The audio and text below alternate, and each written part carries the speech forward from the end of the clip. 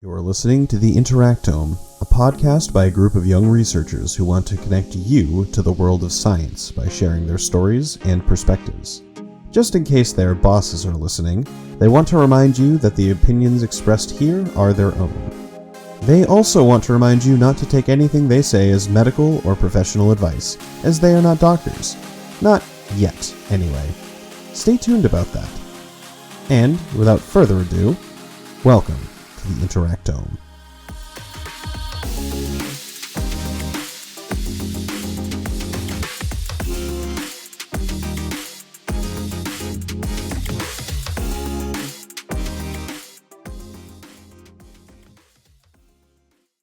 Hi everyone, welcome back to the Interactome. I'm Natalie. I am one half of your hosts for this week.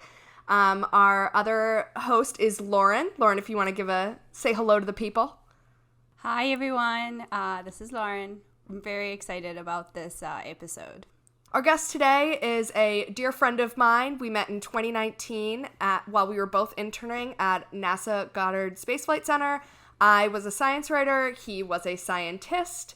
I have long admired the work that he has done, and I'm so excited for all the Interactome listeners to meet him. So without further ado, my dear friend Ronnie. Thanks, Natalie. So I'm Ronnie Abolafia-Rosenzweig. I'm a postdoctoral research with the National Center for Atmospheric Research in Boulder, Colorado. Although I'd like to preface with all views that I say on here are my own and don't represent my organization necessarily. So going back to how I met Natalie, we met at NASA Goddard Space and Flight Center when we were both interns. I'm an earth scientist by training, more specifically a hydrologist, so I study the water cycle over the terrestrial systems of the earth. And I got into hydrology maybe as a young, curious kid. I grew up along a river at Guadalupe River State Park in Texas, exploring, just roaming around, and became curious about how water flows, why there's more or less at given times.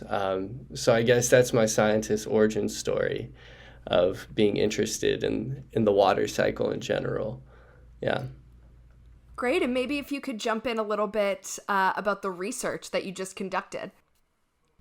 Yeah, thanks for that. So recently in April, we published a paper in the journal Environmental Research Letters that looks at relationships between climate and fire in the western United States. And specifically, we were looking at these relationships over snow reliance areas.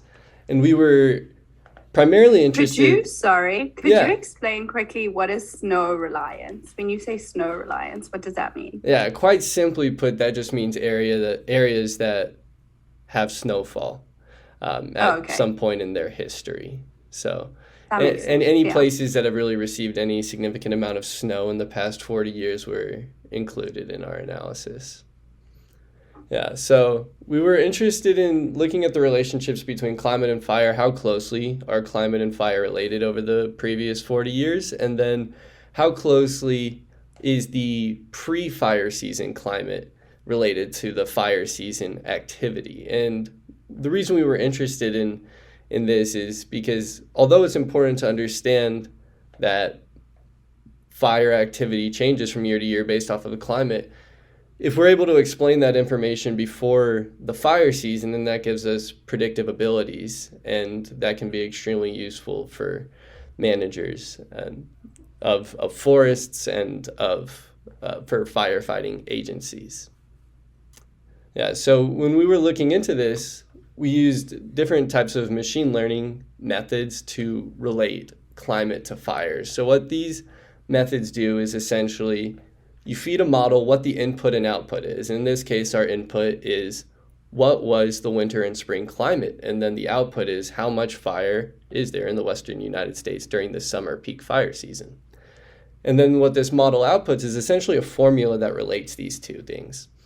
And we found that we're able... Yeah, Natalie?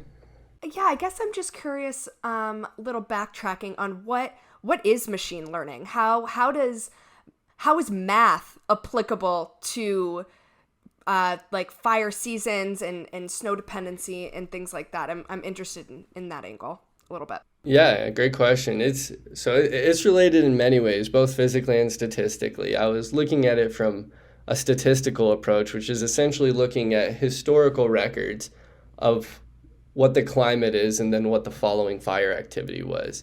So using those statistical relationships in the past, we look to see if we're able to generalize those relationships and make predictions on unseen data or information that hasn't occurred yet. And that's the forecasting framework. So we use those previous relationships to establish formulas that relate climate to fire and then use those to actually predict what the fire activity will be. I have a question about the formulas. So kind of what goes into them? Like what aspects of the climate specifically do you look into? Yeah, so the machine learning method is actually sort of a lazy method for me as a scientist, where I simply tell the model, this is how much it rained, this is how hot it was, this is how dry the atmosphere is, this is how much snow is on the land surface during the springtime. And then I ask the model to tell me how much fire there is. And it trains essentially learning the relationships of the historical record, learns how those two are related, the group of climate indices I just mentioned, as well as the coming fire activity. And then it essentially gives me a formula for how the inputs and outputs are related. And then I just can lazily use that formula and tell it again what the climate is, or what the climate conditions are, essentially what the weather has been throughout the winter and spring. And then it tells me how much fire is expected during the summer. So we were using these methods, and the first step was we needed to establish that the winter and spring climate can be closely related to summer fire activity if we're going to use it to predict. If these two things aren't related, then we wouldn't be able to make any predictions with them. It would be a useless model, essentially. So we quantified how closely these two things relate, essentially looking at how well our model is able to predict on unseen data. And we found that more than half of the variability in summer fire season activity can be explained by the preceding climate conditions that are summarized through the winter and spring period. And because there is this strong and robust relationship between the two, we decided that this model is able to provide useful information about what the coming summer fire activity may be. And we also found, and another interesting thing we found with this model is that not only is it able to predict what the year-to-year variability of fire activity is based off of how hot and dry the winter and spring periods are, but also our model is able to successfully predict that there's a significant increasing trend in wildfire burned area in the western U.S. over the recent decades. So this is quite interesting, at least from understanding how the climate is relating to these growing fire patterns that we've seen in recent years. I think one thing that you said that really struck me was you're looking at winter and spring to predict events that are going to happen in the summer. Why not look at the summer? Yeah, great question. So whenever we do actually include this summer climate conditions in our model, the model improves quite a bit. The idea was we were going to withhold this summer information to see if we're able to forecast that summer fire activity before it occurs. So if we, I guess in some cases, if we cheat and tell the model what the summer climate is, it's able to more accurately predict the fire activity, because there's this very tight coupling between how hot and dry the summer conditions are and how much fire burned area there has been over the recent decades. But whenever we withhold this information, although the model performance isn't as strong, there's still robust relationships between the winter and spring climate and summer fire activity, and that we're able to provide some useful information before the fires occur.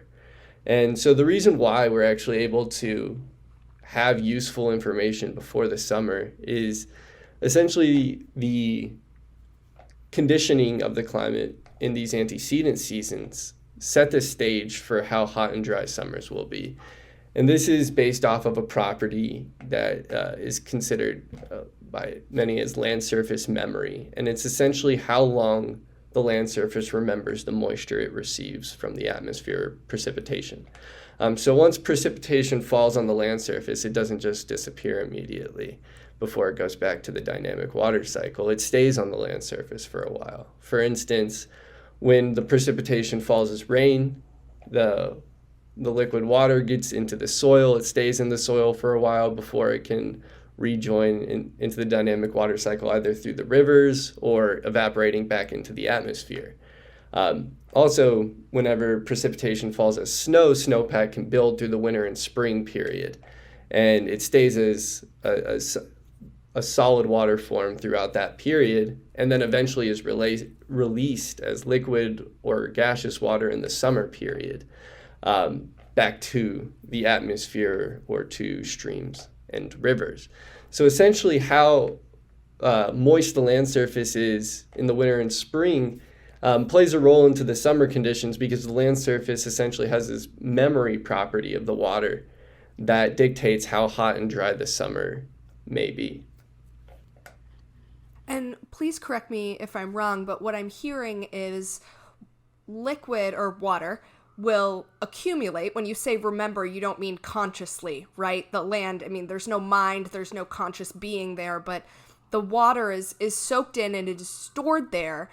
And the storage of this water can help mitigate fires because it keeps the land from getting too hot, too dry, fires from easily sparking, or it makes it more difficult? Yeah, that's a great question. So getting into, I guess, how a moisture land surface makes an area less flammable. There's some physics to that. One is it promotes a cooler landscape. I'll try to keep the physics to simplicity, because it is actually relatively simple. Whenever there's moisture on the land and then there's incoming solar radiation, a lot of the sun's energy is used to change the phase of the water, or change it from a liquid to a gas and evaporate it back up. So that's a lot of energy that isn't being used to change the temperature, which really makes the land surface hotter. So a moisture land surface will favor cooler temperatures that are less flammable.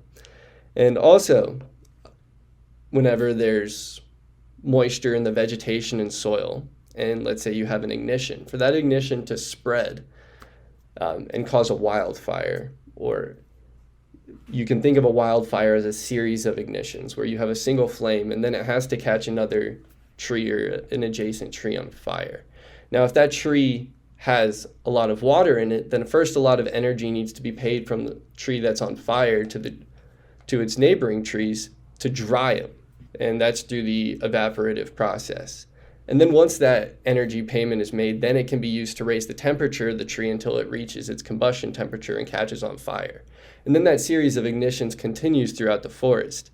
So if you imagine all the trees have significant moisture in them, it's a much more energy intensive process, which makes the forest a lot less flammable. And that slows the spread of wildfire. And the tight relationship that we've found between climate and fire in the Western U.S. over the recent decades is essentially saying that the flammability of the area is the main guider of how much fire there has been, rather than other factors that definitely can play a role. That's really interesting and really well explained. Thank you.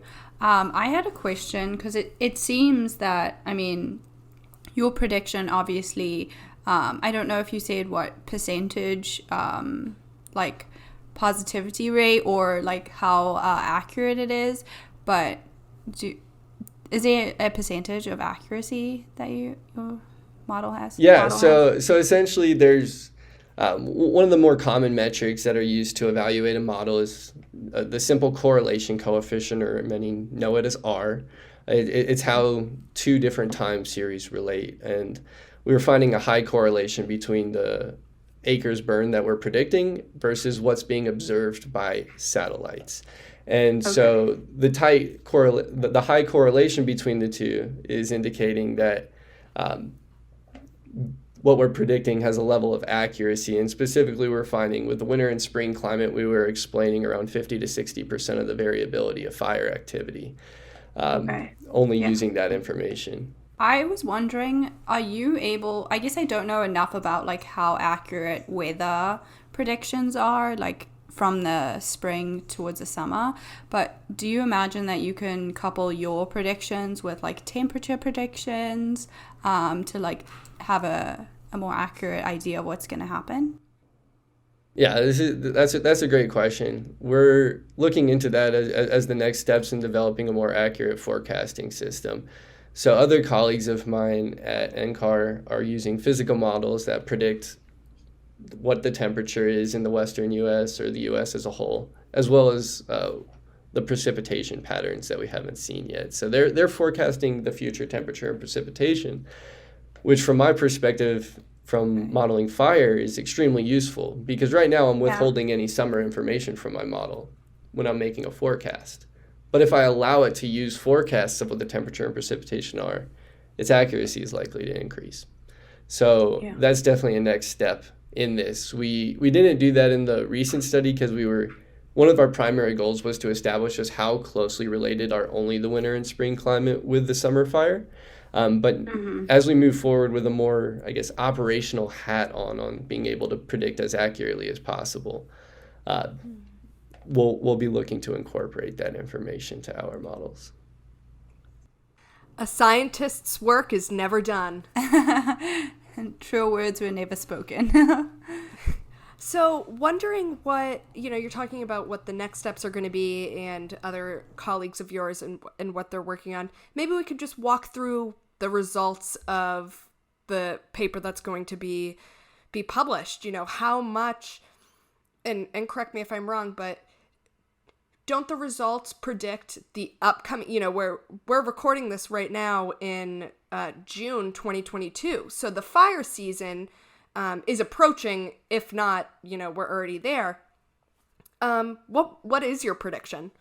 And what did the study find? We're working on a paper that's going to also have information about what we're forecasting for this summer. And in fact, NCAR recently released a news article on this prediction that's been picked up by some media sources. So we're estimating that around 3.8 million acres in the western U.S. will catch on fire, which is above average. And since the 1984 satellite record that we're looking at, this will be the 8th largest in the record. So definitely above average, but not as large as the recent 2020 and 2021 fire seasons, which were massive. And that doesn't necessarily mean that 2022 can't reach those extremes, but our prediction is suggesting that the winter and spring climatic conditioning isn't favoring a more severe season than those recent extremes.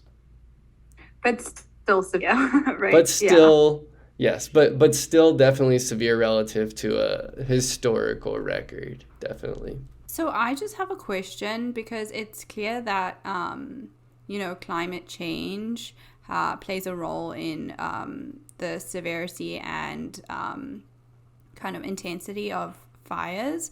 And so I was wondering how that's kind of been playing into your studies and how you're looking at that.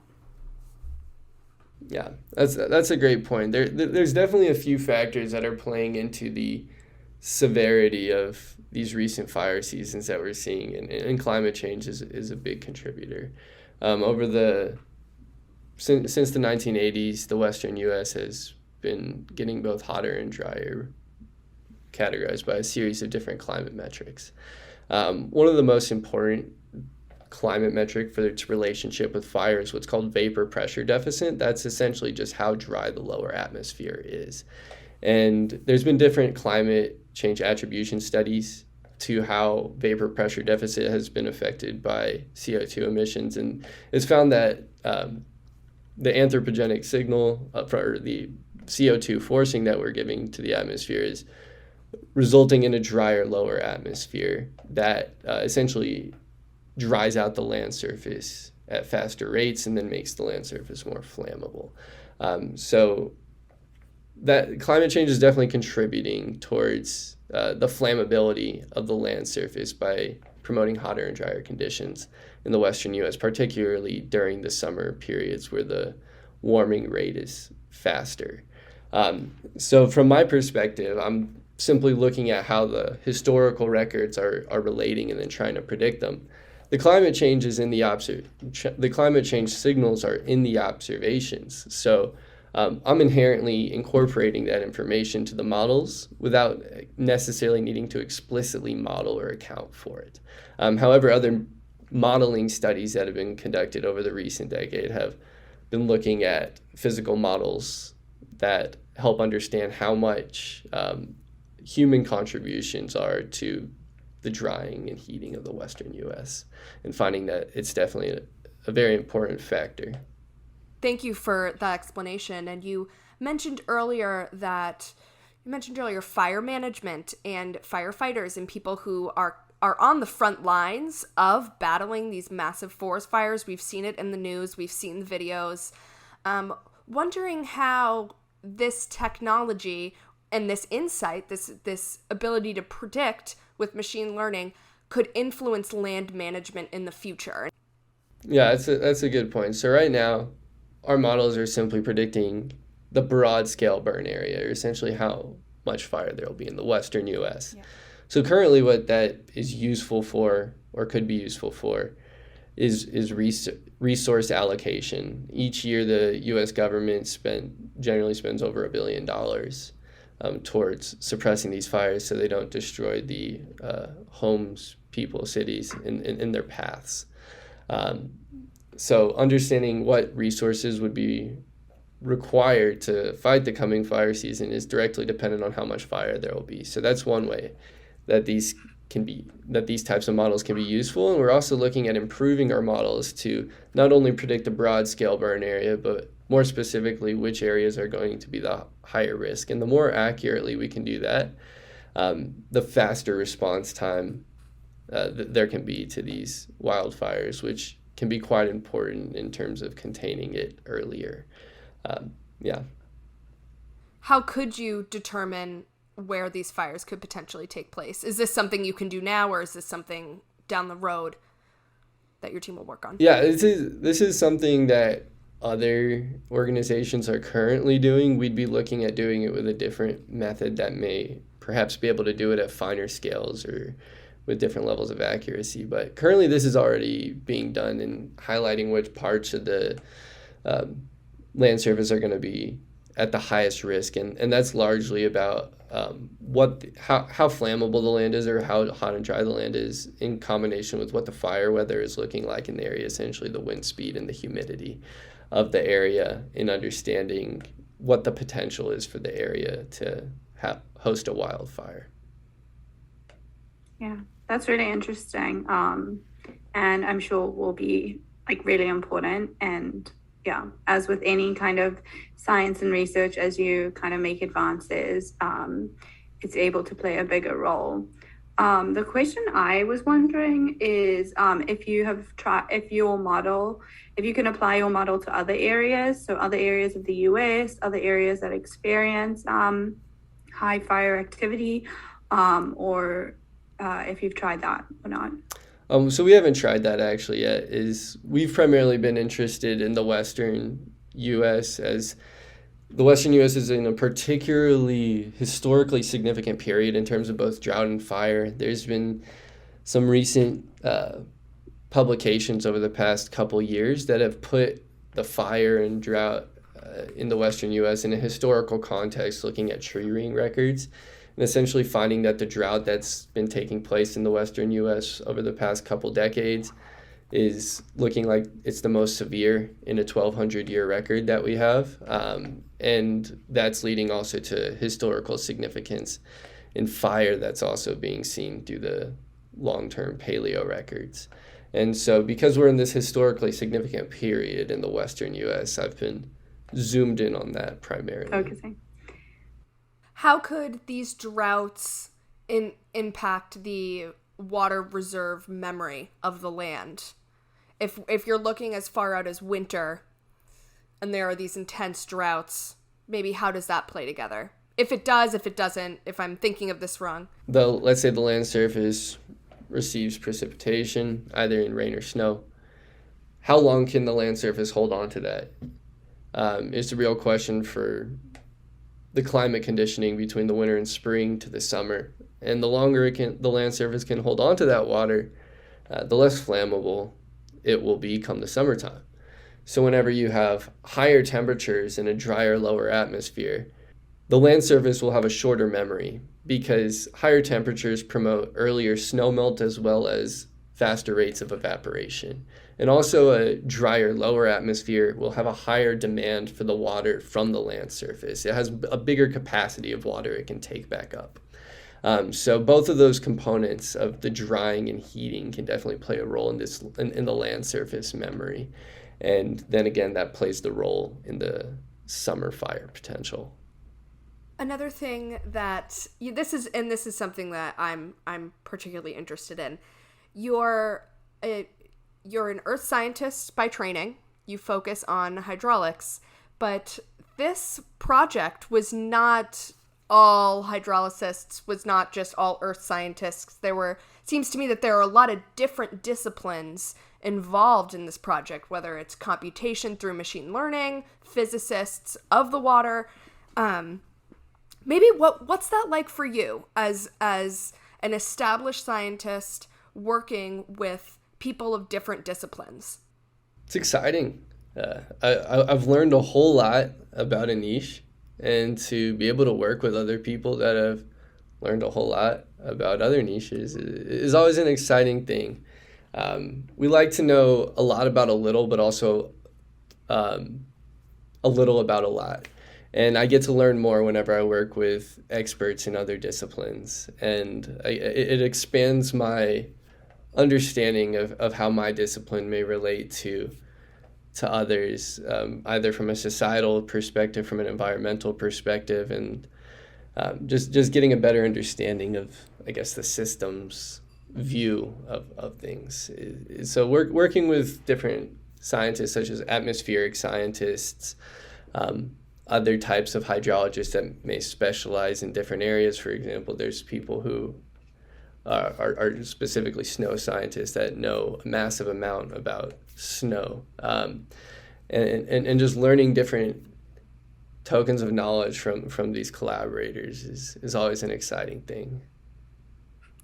Yeah, that's one thing I think about in science often is it's not just one person sitting at a lab bench doing one thing alone. It's so much collaboration. And Lauren, I bet you could even touch on that as well. Definitely. I mean, I think my favorite part of being in the lab and being in science is kind of picking other people's minds, essentially. Bouncing off ideas with people who have completely different perspectives, like completely different life perspectives, but also scientific backgrounds. I think like the way you grew up or where you grew up or kind of how you were conditioned to think really can influence how you approach problems in a scientific setting. And so it's really fulfilling to work with people of all different backgrounds, scientifically and not.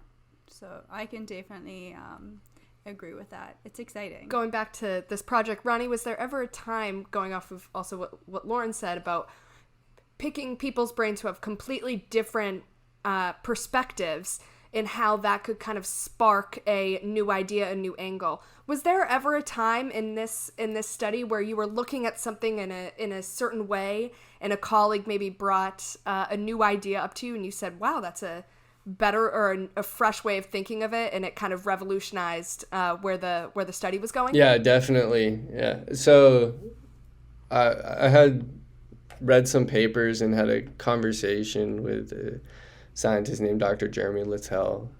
I think he works with the USGS. And he provided me with some interesting information, I guess, of the relationship between fire and the ecosystems. And there's always the discussion about how much of the growing fire activity has been related to the climate, how much of it has been related to land management, over what timescales are these important. Essentially, the interesting information that I learned that I that I took from his papers and from talking to him was that the ecosystems that we're living in today won't necessarily be the ecosystems that our perhaps grandkids are living in. They've evolved among a climate that's going to be different than what the future ecosystems will be.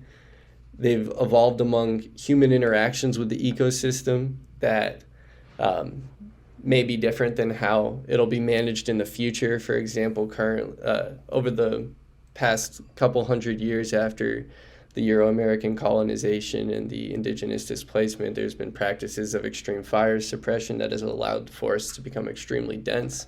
And we know that thinning and prescribed burning can make forests less flammable. So we may be implementing those practices more in the future as well. Essentially, there's just a lot of unknown about how ecosystems will evolve in the future and what the environment will look like, and then how that will play a role in what the future fire activity will look like as well. It's just there's a lot of uncertainty with that as well currently, because a lot of it is up to the decisions that humans make, and often that's difficult to predict.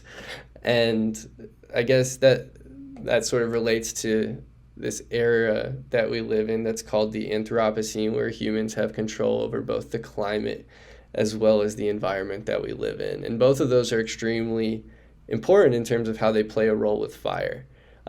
So the decisions that us humans make today can affect the environments that are evolving, and how those environments may play a role in modulating the effects of a warming and drying climate is currently unknown. So that was just some interesting information that I learned, not necessarily from the hydrology perspective, but more from the forest and ecosystem perspective. It's a great point, and it really resonates what you said about it coming down to the individual. Our day-to-day decisions, they do, it's hard when what you're focusing on, it's years and decades and probably even centuries of data you're combining into this computer, and you're getting this tangible evidence. You're saying, okay, here's the answer. Other folks don't see that, and they can't apply that to their day-to-day life, they can't see the significance of applying that kind of thought process to their day-to-day life. And I think that's one of the biggest issues in the climate crisis that we're seeing. Yeah, I have a kind of a personal question. Have you found that your work, I'm not sure what work you did during your PhD or undergrad, but your work right now with like fire predictions, has that influenced your personal day-to-day life, and kind of how you has it influenced your behaviors essentially? It's influenced the way that I view a changing climate, for sure. So it's definitely influenced my thoughts, and I guess thoughts influence actions.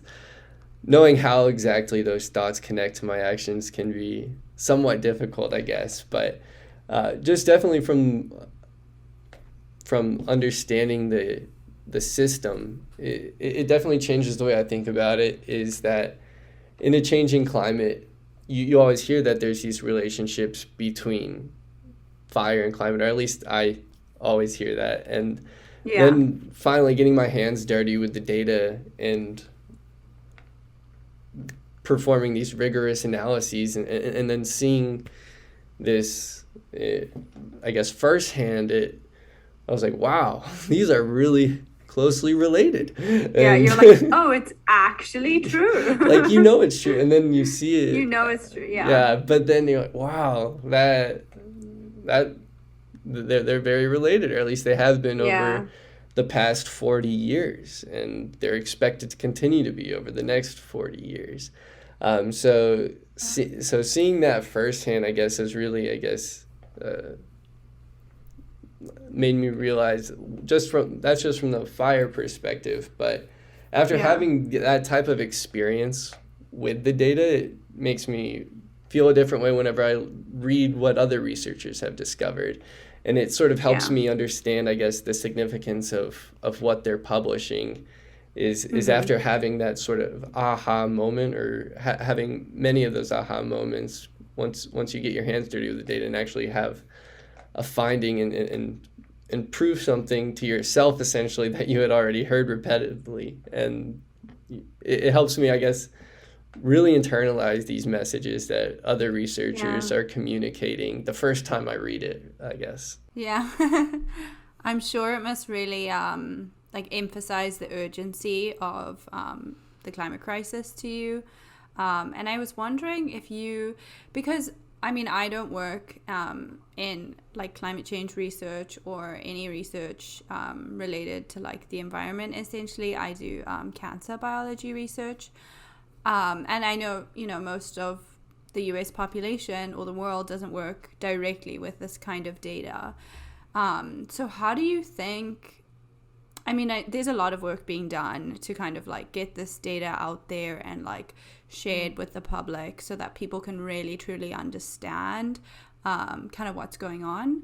But do you have a personal opinion on kind of how's the best way to portray this to the general public?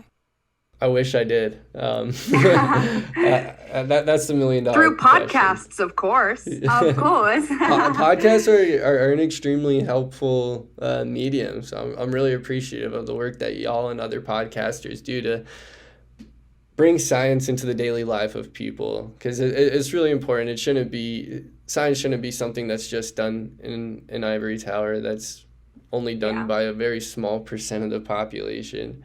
It's something that should, it's a way of thinking that is great to really communicate to the general population, and to just discuss not only what we found, but sometimes how we discovered these findings. Yeah, I agree. That's why we do this. I think that sometimes when you don't have a scientific background, it can be a little difficult to truly like grasp the urgency or really be convinced by the data. So yeah, I'm really grateful that you're sharing your personal experience about this with us. Yeah, it's definitely a pleasure too. In terms of, I guess, the best way to communicate right now, there's a lot of ways that the way the climate is affecting ecosystem and health of Americans and other populations around the world is being communicated. One of the most thorough ways it's being communicated is through the peer-reviewed literature that's often communicated in IPCC reports as well. There's dense versions of them and then condensed versions of them for policymakers. And there's also podcasts that have scientists on to communicate the research they're conducting, as well as news outlets. I've found some news outlets do better than others, but news outlets can that have scientists on to communicate their research is also an effective medium for that type of communication. Well, we are so happy that you joined today's episode. Again, I mentioned earlier, Lauren and I have both just been looking forward to this for weeks. And this has just been really great. Maybe you could tell our listeners, where they can find you. I know you're on Twitter. Yep. Yeah. So people can follow me on Twitter at Abolafia-Ronnie. That's ABOLAFIARONNIE. I often post updates on my research and try to echo other research that my colleagues are conducting as well. That's great. I will sure be giving you a follow. Before we end, I do have one question for you. And I just wanted to know what you're most excited about kind of moving forward with your research.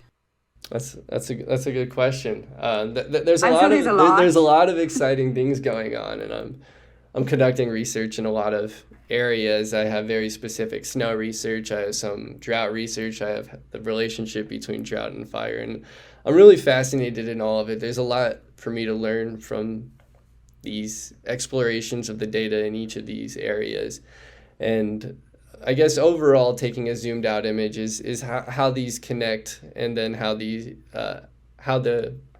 climate systems can relate to the everyday life of people, and current people and future people as well.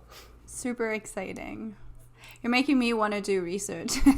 I'm like, I wish I could do research in so many different things. I'll just have to follow your Twitter and follow along what you're doing. Great. We, on the Interactome Twitter, we do follow Ronnie, so if you're having trouble finding him, go to @the_Interactome, hit that follow button, and then find Ronnie in our following. It's a short list, so you'll be able to find it easily. Well, again, thank you so much.